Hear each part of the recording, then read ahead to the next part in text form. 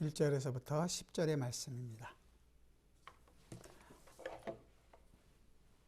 하나님의 말씀을 귀 기울여 들어주시기 바랍니다. 여호와의 말씀이 두 번째로 요나에게 임하니라. 이르시되 일어나 저 큰 성읍 니느웨로 가서 내가 내게 명한 바를 그들에게 선포하라 하신지라. 요나가 여호와의 말씀대로 일어나서 니느웨로 가니라. 니느웨는 사흘 동안 걸을 만큼 하나님 앞에 큰 성읍이더라. 요나가 그 성읍에 들어가서 하루 동안 다니며 외쳐 이르되 40일이 지나면 니느웨가 무너지리라 하였더니 니느웨 사람들이 하나님을 믿고 금식을 선포하고 높고 낮은 자를 막론하고 굵은 베옷을 입은지라. 그 일이 니느웨 왕에게 들리매 왕이 보좌에서 일어나 왕복을 벗고 굵은 베옷을 입고 제 위에 앉으니라. 왕과 그의 대신들이 조서를 내려 니느웨에 선포하여 이르되 사람이나 짐승이나 소떼나 양떼나 아무것도 입에 대지 말지니 곧 먹지도 말 것이요 물도 마시지 말 것이며 사람이든지 짐승이든지 다 굵은 베옷을 입을 것이요 힘써 하나님께 부르짖을 것이며 각기 악한 길과 손으로 행한 강포에서 떠날 것이라. 하나님이 뜻을 돌이키시고 그 진노를 그치사 우리가 멸망하지 않게 하시리라. 그렇게 않을 줄을 누가 알겠느냐 한지라. 하나님이 그들이 행한 것 곧 그 악한 길에서 돌이켜 떠난 것을 보시고 하나님이 뜻을 돌이키사 그들에게 내리리라 말씀하신 재앙을 내리지 아니하시니라. 아멘. 지난 시간까지 우리가 요나의 기도, 요나 2장에 나와 있는 그 요나의 기도를 함께 살펴봤습니다. 요나는 선지자죠. 그러나 요나 그러면 여러분 머릿속에 제일 먼저 떠오르는 것이 언제나 불순종한 요나입니다. 불순종한 요나, 선지자로 잘 알려져 있습니다. 하나님이 선지자인 요나에게 명령을 합니다. 니느웨에 가서 내가 전할 말씀을 전해라. 그랬더니 그러나 요나가 1장 3절에서 하나님의 얼굴을 피하려고 도망합니다. 그 길을 막았습니다. 하나님이 개입하셔서 큰 폭풍우를 막았습니다. 그때 그러나 요나는 배 밑에 내려가서 누워 깊이 잠이 들었습니다. 그렇게 하나님을 피하여 도망하고 그럼에도 불구하고 하나님을 막으심에도 불구하고 자기가 옳다고 그냥 쿨쿨 잠만 자고 있는 요나에 대해서 그를 대하시는 하나님은 어떤 하나님인가? 그럴지라도 하나님께서는 그를 폭풍으로 제비를 뽑게 해서 그가 뽑히게 하시고 또한 큰 물고기를 예비하심으로 그럼에도 불구하고 하나님께서는 하나님의 일을 이루어 가십니다. 그 하나님을 알게 된 요나의 기도가 우리가 지난 시간 살펴봤던 요나서 2장의 내용입니다. 죽음과 같은 공간에서 그 3일 밤낮이 있으면서 요나가 했던 기도, 찬송의 기도였죠. 내가 주의 묵전에서 쫓겨난다고 할지라도 다시 주의 성전을 바라보겠나이다. 구원은 여호와께 속하였나이다. 그리고 하나님은 그 요나를 다시 육지에 내어놓습니다. 요나는 하나님 앞에서 분명히 자신이 죽어 마땅한 죄인이라는 사실을 분명히 인식했을 것입니다.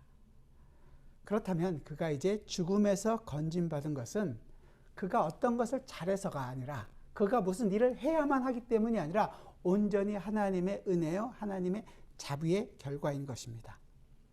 그렇죠. 그 자비의 결과로 그의 일이 일어나고 있다는 것을 보여주는 것이 이제 이 3장의 내용입니다. 우리 3장 1절을 한번 같이 읽어볼까요? 3장 1절은 제가 굉장히 좋아하고 깊이 많이 새기는 말씀 중에 하나입니다. 우리 3장 1절을 같이 한번 읽어봅시다. 시작. 여호와의 말씀이 두 번째로 요나에게 임하니라 이르시되. 하나님의 말씀이 요나에게 두 번째로 임했습니다. 첫 번째 하나님의 말씀이 임했을 때 요나는 딴짓을 했죠. 그래서 물고기 뱃속에 들어갔고 죽음 같은 고통을 경험하게 되었습니다. 그래서 하나님이 너 내 말 안 들으면 너 고생하고 이렇게 죽게 될지 모르니까 너 내 말 잘 들어야 된다. 이제부터 내 말 잘 들어? 알았지? 그런 것이 아니라 너 이렇게 고생했으니까 이제 너는 니느웨는 내가 딴 사람 보낼 테니까 너는 이제 내 말 잘 들어야 된다. 이렇게 얘기한 것이 아니었습니다. 그래도 상관없을 텐데 요나도 그 하나님이 어떤 하나님인지 잘 알았으니까 이제 하나님의 말씀을 잘 순종하고 다음번에 더 잘할 것을 기대할 수도 있을 것입니다. 그런데 요나에게 하나님은 두 번째로 하나님의 말씀을 주십니다. 두 번째로. 우리의 삶을 돌아볼 때 나는 과연 하나님의 뜻대로 살고 있는가? 저는 그럴 생각을 들 때마다 막 찌릿찌릿할 때가 많아요. 왜냐하면 하도 죄송해서 하나님의 뜻대로 살지 못할 때가 많으니까요. 하나님의 뜻대로 살지 못하고 여기서 얘기하는 도망가는 요나, 불순종한 요나보다 더 불순종하고 더 도망다는 나의 삶을 볼 때마다 하나님께서 나를 버리고 하나님이 나를 심판하셔도 나는 아무런 할 말이 없겠구나 라는 생각이 듭니다. 그런데 하나님은 그런 나를 버리지 않으시더란 말이죠. 그 버리지 않으시는 하나님을 기억하게 되었습니다. 물론 저뿐만이 아니라 성경에 나오는 모든 인물들이 다 자기 마음대로 생활했던 부분들이 있죠. 믿음의 조상이라고 얘기하는 아브라함은 어땠을까요? 아브라함이 살던 우르에서 하나님이 아브라함을 불렀습니다. 그럼에도 불구하고 그는 바로 가나안 땅으로 간 것이 아니라 하란 땅에서 오랜 시간을 봅니다. 아버지가 죽은 다음에 그가 75세 됐을 때 하나님께서 다시금 아브라함에게 나타납니다. 그를 버리지 않고 하나님께서는 또 나타나시는 거죠. 그래서 하나님의 말씀을 따르게 합니다. 아브라함이 순종을 해서 믿음의 조상이 된 것이 아니라 오히려 하나님이 아브라함을 찾고 추적하시고 계속해서 만나시기 위해서 만나주시면서 하나님의 뜻을 이루어 내신다란 말이죠. 그러면서 하나님이 누구시며 하나님이 얼마나 강하시고 얼마만큼 자신의 인생 가운데서 하나님의 약속을 이루어 가시는 분이라는 것을 그의 인생 가운데서 알게 하시더라는 거예요. 아브라함만 그런가요? 모세도 마찬가지죠. 모세의 인생을 보면 모세가 왕궁에서 자랐잖아요. 왕궁에서 자라면서 자기가 이스라엘 백성을 구원할 자라는 것을 알고 있었습니다.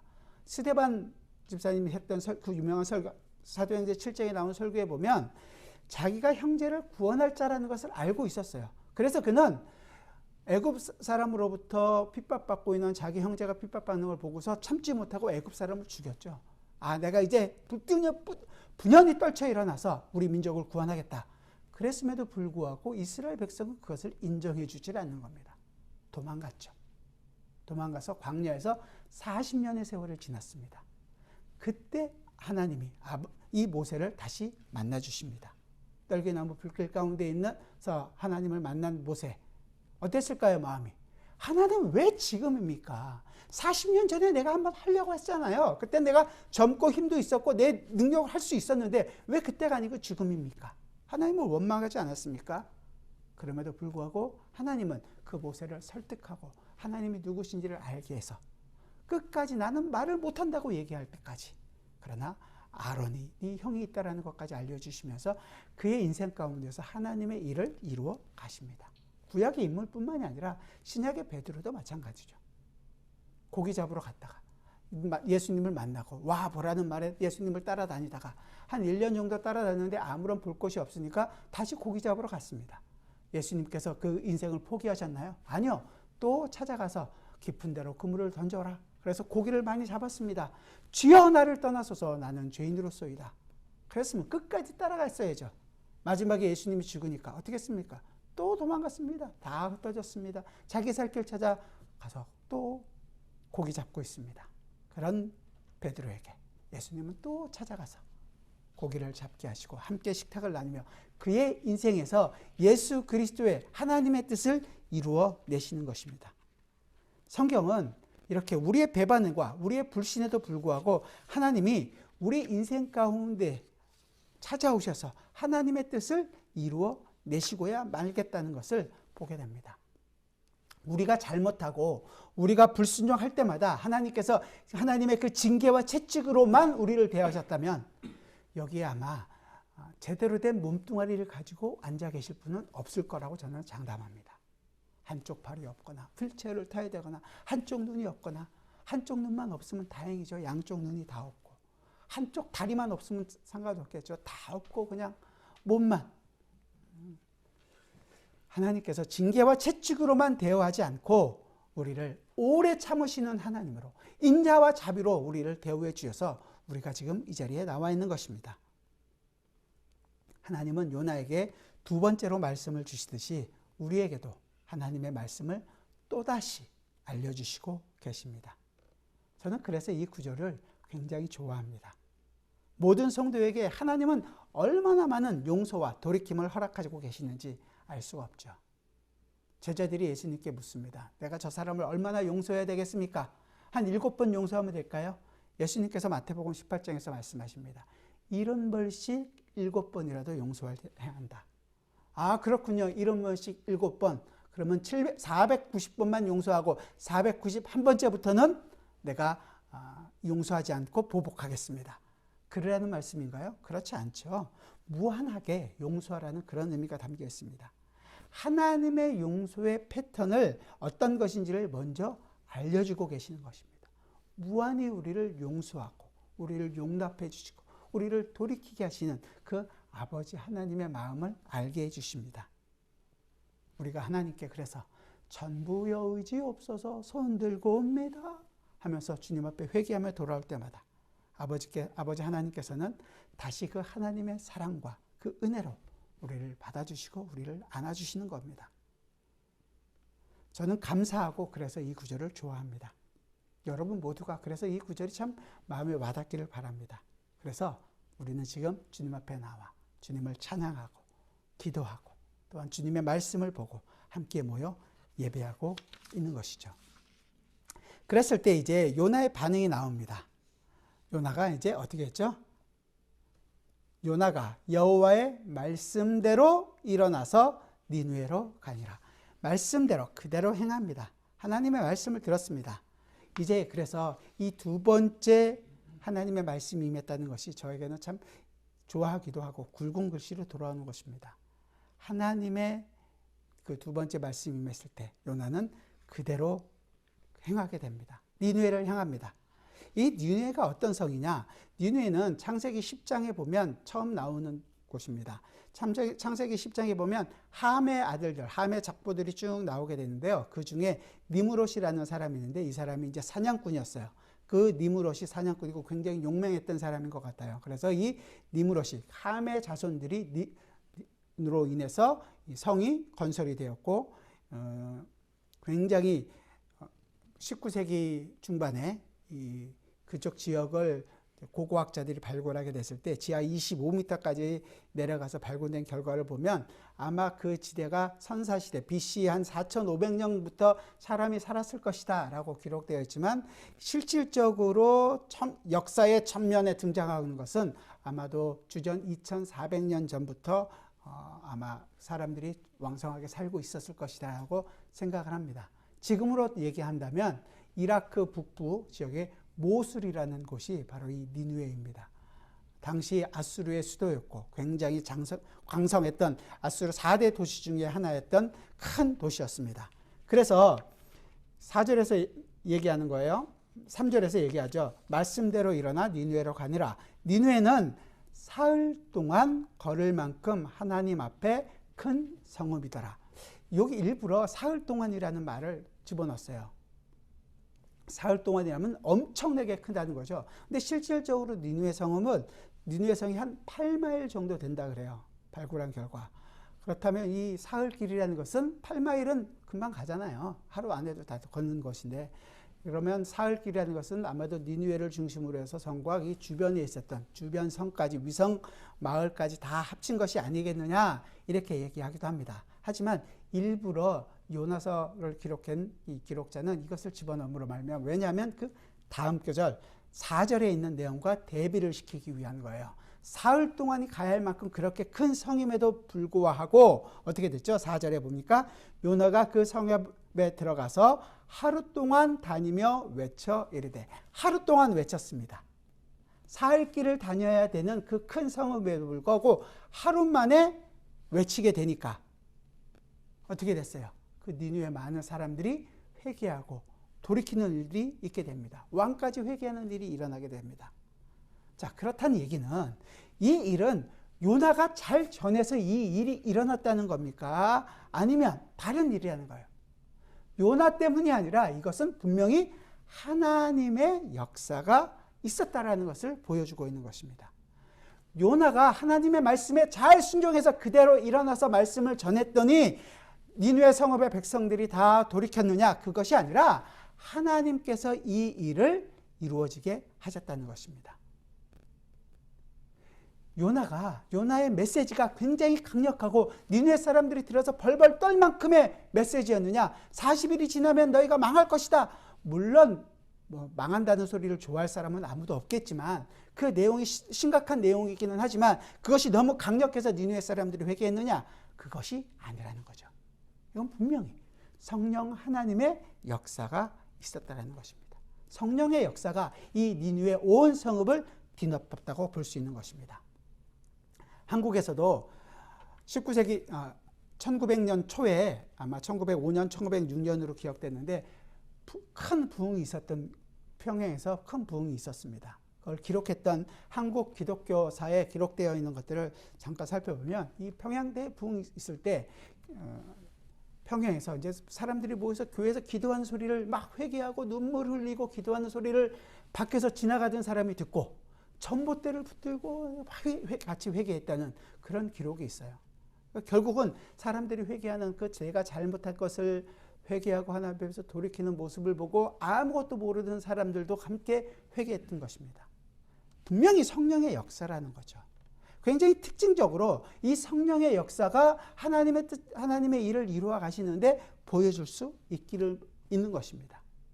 우리 모두가 이것을 경험하길 원하는 거죠. 단순히 부흥이라는 것이 사람이 많아지고 수적으로 많아지는 것을 부흥이라고 하는 것이 아니라 여러분 한 사람 한 사람이 이 성령의 역사로 말미암아 내 죄를 돌이키고 네 죄로부터 돌이키길 원하고 죄를 꺾어보려고 하고 믿음으로 하나님만을 의지하려고 하는 이 부흥이 있기를 원하는 것입니다. 이 선지자의 하나님의 말씀에 바른 말씀이 선포되어 있고 내 마음이 내가 얼마나 죄인인지를 깨닫고 그 죄로부터 돌이키려고 하고 돌이킨 다음으로는 믿음으로 하나님의 말씀대로 순종하려고 하는 그 삶이 나와야 하는 것입니다. 니느웨는 이제 변화가기 시작했습니다. 이 변화의 첫 번째에는 이 순종한 요나의 바른 하나님의 메시지가 있었죠. 너희 40일이 지나면 분명히 망하게 될 것이다. 사랑하는 여러분들의 삶 속에서 하나님의 말씀대로 살지 않는다면, 하나님의 말씀에 순종하는 삶이 나오지 않는다면 우리가 아무리 교회에 와서 아무리 잘난 척하고 아무리 올바르게 산다고 해도 우리는 하나님의 심판을 피할 수 없을 것입니다. 하지만 여러분들이 바른 말씀 앞에 서서 그 말씀에서 자기를 잘 비추어 보고 그 말씀대로 살기 위하여 여러분들을 돌아보고 회개하고 돌이킨다면 하나님의 은혜와 자비가 넘쳐날 것을 기도합니다. 우리가 지금 살펴본 것처럼 요나의 순종 때문도 아니고 요나가 바르게 말씀을 전했기 때문에 메시지의 그 강력함 때문도 아니라 니느웨 백성들은 어떤 마음으로 돌이켰기 때문이 아니라 하나님 자신이 이 모든 일들을 지금 이루어 가고 계시다라는 사실을 여러분들이 기억해야 합니다. 하룻길 동안만으로도 성령의 역사는 그 성을 뒤집어 엎고도 남았습니다. 여러분들이 기도할 때 그저 단순히 주여 이 일을 이루어 주시옵소서, 주님 이것이 필요합니다, 이것을 해결해 주시옵소서 라는 것만 기도하지 마시고, 그러나 그 모든 일 속에서 주님의 일을 이루어 내십시오. 폭풍 같은 내 인생을, 이 죄로 향하고 내 인생을 나를 꺾어서 뒤집어 엎으셔서 주님의 일을 하시는 것을 저는 만족하겠습니다. 이게 우리의 기도의 내용이 되어야 할 것입니다. 그래서 이제 이 5절부터 9절까지의 내용이 바로 이제 니느웨 사람들이 어떤 반응을 보였는지를 쭉 설명해 줍니다. 니느웨 사람들이 하나님을 어떻게 했다 그러죠? 믿고 믿음의 고백이 있습니다. 그리고 나서 금식을 선포하고 높고 낮은 자를 막론하고 굵은 베옷을 입은지라. 자기가 회개할 때 입는 옷을 입는 거죠. 첫 번째가 바로 하나님을 믿었다고 얘기합니다. 그래서 단순히 입으로만 나는 믿습니다 라는 것을 이야기하고 끝나는 것이 아니라 바로 어떻게 했어요? 금식을 선포하고 굵은 베옷을 입습니다. 회개자의 모습이 나오는 거죠. 이 부흥에 있어서 가장 놀라운 부분은 내가 이때까지 살고 있었던 과거의 모든 삶들을 끊어낸다는 것입니다. 그냥 끊는 것만이 아니라 끊고 돌이켜 하나님께로 향한다는 것입니다. 악에서부터 떠나서 믿음의 삶으로 내가 하나님을 사랑하는 삶을 살기 시작하는 것입니다. 성도의 삶에서 우리가 여러분들이 왜 확 변화되지 않고 뜨거워지지 않을까 고민되시는 부분들이 왜냐하면 내가 살아가고 있는 이 패턴들을 우리는 그대로 고집할 때가 많기 때문에 그렇습니다. 버려야 될 것을 버리지 못하기 때문에, 바꿔야 되는 건데 바꾸지 못하고 내 고집을 피우고 있는 것입니다. 이건 단순히 내가 잘 못한다고 생각하는 것들만 있는 것이 아니라 나는 그래도 잘하고 있다라고 생각되는 것들, 그것도 포함하고 있습니다. 바리새인들이 못됐나요? 금식도 하고 성경을 몰랐나요? 너무도 잘 알았죠. 그럼에도 불구하고 예수님으로부터 독사의 자식들이라는 소리를 들은 것은 자기가 죄인인지를 몰랐다는 것입니다. 나는 이렇게 하고 있으니까 잘 하는 것입니다. 성경을 읽고 기도를 하고 주일날 예배에 참석하고 봉사를 하고 잘 하시는 것입니다. 이게 마치 나는 잘 하고 있다고 안주할까 봐 겁이 나는 거예요. 그 잘하는 것이 아니라 잘한 것에서도 내가 과연 내 의지로 하고 있는가, 하나님을 의지하고 있는가. 못한 것은 당연하게 꺾어야 되죠. 돌이키셔야 합니다. 그런데 하나님의 역사로 이 부흥이 일어나게 되면 우리의 모든 길에서 돌이킵니다. 내 힘으로 기도하는 것이 아니라 하나님을 의지해서 기도합니다. 내 지식으로 성경을 보는 것이 아니라 하나님을 의지하기 위하여, 하나님을 알기 위하여 하나님의 말씀을 핍니다. 내 자랑을 위하여 봉사하는 것이 아니라 성도를 사랑함으로, 그 그리스도의 사랑으로 봉사하고 서로를 섬기게 됩니다. 내 삶의 변화가 반드시 이루어지게 됩니다. 왜 자꾸만 여러분들 이건 맞는 것이다, 내가 이때까지 해오고 있는 것은 잘하고 있는 것이라고 생각하고 그대로 살려고 하십니까? 안 된다고 왜 금방 포기하십니까? 아유, 언젠간 되겠지, 하나님이 뭐 언젠가는 고쳐주시겠지. 아니요, 바로 오늘이 돌이킬 때입니다. 바로 지금이 여러분의 그 죄로 향하던 마음, 내가 내 힘으로 하려고 했던 그 마음, 모든 것에서 돌이킬 때입니다.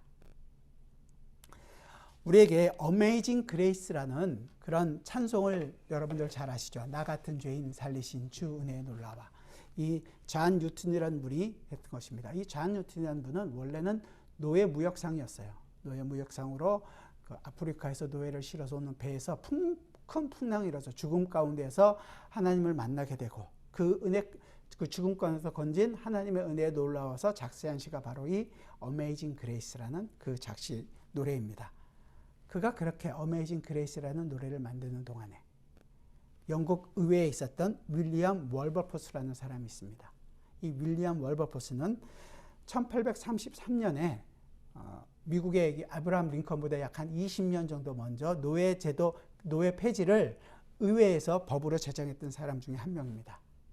그는 캠브리지를 나와서 사업가, 법률가이고 사업가로 있다가 28세 되는 청년, 1787년에 의회에 진출하게 됩니다. 의회에 가서 이 여러 가지 악법들을 내가 고쳐야 되겠다. 그래서 노예를 해방하는 것이 너무도 안 되겠다 싶어서 노예 해방 운동을 하기 시작합니다.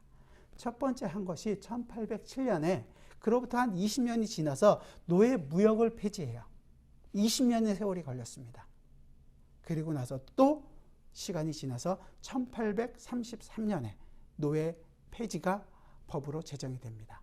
그가 원래 계획했던 것, 그 날로부터 46년이 지나서 그는 그의 인생에서 노예 제도를 폐지하는 법을 제정하게 된 것입니다.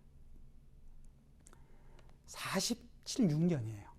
그 긴 시간 동안 처절한 싸움을 많은 사람들에게 연설을 하고 지지를 호소하고 이것이 얼마나 잘못됐는지를 설명하고 많은 사람들로부터 탄압도 받고 억압도 받고, 하지만 그는 그 싸움을 굴하지 않고 끝까지 해나갔던 것입니다.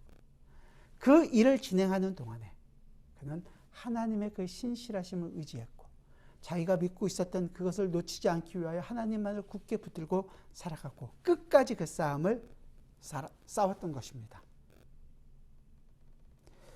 우리의 삶에서 지금 당장 여러분들이 꺾지 못하는 부분들이 저는 있다고 생각합니다. 그 부분을 싸우셔야 합니다. 윌리엄 월버포스가 싸워왔던 46년이 아니라 어쩌면 우리는 더 긴 세월을 우리가 가지고 있었던 이 죄성과 싸워야 할지도 모르겠습니다. 그 죄성과 싸울 수 있는 가장 첫 번째는 하나님의 말씀을 여러분들은 정말로 바르게 알고 그 바르게 전해진 예수 그리스도를 마음 굳게 받아들여야 합니다. 그저 여러분 귀를 만족시킬 수 있는 그런 말씀이 아니라 여러분의 마음을 평안의 위로를 주는 그런 말씀이 아니라 마음을 찔르고 상처가 내는 그런 말씀이라도 바른 하나님의 말씀 앞에 여러분 자신을 세우십시오. 그리고 그 말씀을 사모하는 교회에서 그 말씀을 사모하는 백성들과 함께 서로 말씀을 나누고 함께 이 삶을 살아가셔야만 합니다. 요즘 교회가 마치 위로를 받는 어떤 위로의 병원처럼 되든가 아니면 서로 사교를 나눌 수 있는, 교제를 나눌 수 있는 그런 곳처럼 되어서 너무도 마음이 아프지만 아니요, 하나님의 말씀이 선포되고 그 말씀으로 인하여 내 자신을 돌이키고 회개하고 또 다시금 말씀으로 회복을 얻는 그런 곳이 바로 교회가 되어야 할 것입니다. 진정으로 복음으로 하나가 되는 교회. 힘들어도 사실은 우리는 이 일을 위하여 우리가 열심을 내고 있는 것입니다. 잠깐 동안 우리의 만족을 누리는 삶이 아니라 여러분 이 삶은 정말로 긴 여정의 삶을 필요로 합니다. 어쩌면 우리에게 피를 튀기는 목숨을 걸어야 하는 그 지경이 될 수도 있을지도 모르겠습니다. 생명을 걸고 지켰던 우리의 믿음의 선배들은 이 삶을 있었기 때문에 우리에게 지금 이 믿음의 내용들이 전해지고 있는 것입니다. 우리가 받은 사명 역시 우리의 믿음의 선배들이 생명을 바쳐서 지켰던 이 복음도 우리가 지켜내고 이 믿음을 잃지 않는 삶을 살아가야 할 것입니다. 그저 내 삶의 평안함과 내 삶의 안정적인 내 삶을 추구하기 위하여 살아서는 안 될 것입니다. 그렇게 살았던 윌리엄 월버포스가 많은 사람들에게 욕을 먹고 힘든 삶을 살았던 것, 답답한 인생을 살았던 것처럼 우리의 인생에서도 힘들고 답답한 부분이 분명히 있을 것입니다. 그러나 복음을 위해 부름을 받았다는 사실을 여러분들을 잊지 마십시오. 하나님이 우리를 부르시고 하나님께서 하나님 백성답게 우리를 만드시는 손길을 오늘도 내일도 우리에게 계속해서 우리를 이끌어 가실 것입니다. 이 윌리엄 월버포스는 46년간에 그렇게 원했던 노예 해방 이 제도가 선포되는 것을 듣고 5일 만에 목숨을 잃었습니다. 그걸 누리지는 못했죠. 하지만 그 이후에도 많은 노예들이 진정한 해방을 부르게 되진 약 100년의 시간이 더 소요됐습니다. 하지만 그 일은 일어나게 되었죠. 사도 바울은 어떤가요? 복음의 사명을 완수하기 위하여 나의 생명까지도 조금 더 아깝지 않게 여기노라. 그 길을 걸어갔습니다. 우리는 어떤가요? 우리 역시 우리 삶에서 복음의 사명을 이루기 위하여 우리의 모든 것들을 우리는 내어줄 준비가 되어 있습니까? 말씀을 맡은 자로서 정말로 목숨을 걸고 이 복음을 전하기 위하여 말씀을 묵상하고 말씀을 전하기 위하여 노력하고 있는가? 너무도 심히 안타깝고 마음이 아프지만 정말로 최선을 다해야겠다. 정말로 노력해야겠구나. 다시 한번 다짐하는 시간이었습니다. 여러분의 인생은 어떻습니까? 여러분에게 주어진 사업의 현장들, 그 사업이 그저 내 호구의 지책을 해결하는 것입니까? 아니요. 하나님의 뜻을 이루고 하나님의 백성들을 하나님의 일을 사모하는 사람들을 위한 일이고 하나님의 그 뜻이 내 인생 가운데에서 정말로 녹여내기 위하여 그 일을 하고 계십니까? 학생이 있다면 학생들은 어떻습니까? 내가 앞으로 이 일들을 이루기 위하여 정말로 잘 준비하고 정말로 최선을 다하여 하고 있는지 자기 자신을 돌아봐야 할 것입니다. 직장에서, 가정에서 자기에게 주어진 하나님의 뜻이 어디에 있는지 돌아보고 내가 내 마음대로 하고 있는 부분이 있다면 그 자리에서 돌이켜야 할 것입니다. 그리고 각자의 자리에서 하나님께 영광 돌리는 삶을, 이 복음을 드러내는 삶을 살아주시기를 주님의 이름으로 부탁드립니다. 기도하겠습니다. 사랑하는 주님, 주님, 우리가 주님의 말씀을 대할 때마다 우리는 참 지식적으로 내 만족을 누릴 때가 있습니다. 아니면 내 가슴이 따뜻해질 때, 나는 괜찮다, 이 복음이 참 좋다라고 생각할 때가 있습니다. 내가 이때까지 해왔던 내 생활 패턴들, 내 방식들, 아니면 내 삶의 그 평안했던 부분들을 우리는 잘 놓지를 않으려고 합니다. 내 만족을 항상 추구합니다. 그러면서도 우리는 마치 이 정도 하고 있으니까 잘한다고 생각하고 있고, 그러면서도 우리는 하나님께 이것이 기쁨이 될 거라고 생각합니다. 나를 위해 살면서도 주님, 우리의 이 죄 많음을 불쌍히 여겨 주옵소서. 용서하여 주옵소서. 우리에게 주어진 하나님의 그 일들을 주님, 우리가 정말로 주님의 말씀을 의지하고 최선을 다하길 원합니다. 악으로 가려던 우리의 길들을 끊어내고 내 마음과 내 평안을 위하여 살려고 했던 내 삶을 끊어내고 주님만을 의지하는 믿음으로 사는 주님의 백성들이 되게 하여 주옵소서. 그 일을 위하여 우리가 함께 모여 싸우니 이 아틀란타 남포교회를 주님께서 사랑하여 주시고 이 말씀을 듣고 돌이키기를 원하고 그 말씀으로 힘을 얻기를 원하는 주님의 백성들에게 주님의 말씀이 주는 위로가 넘치게 하여 주옵소서. 예수 그리스도의 이름으로 기도드리옵나이다. 아멘.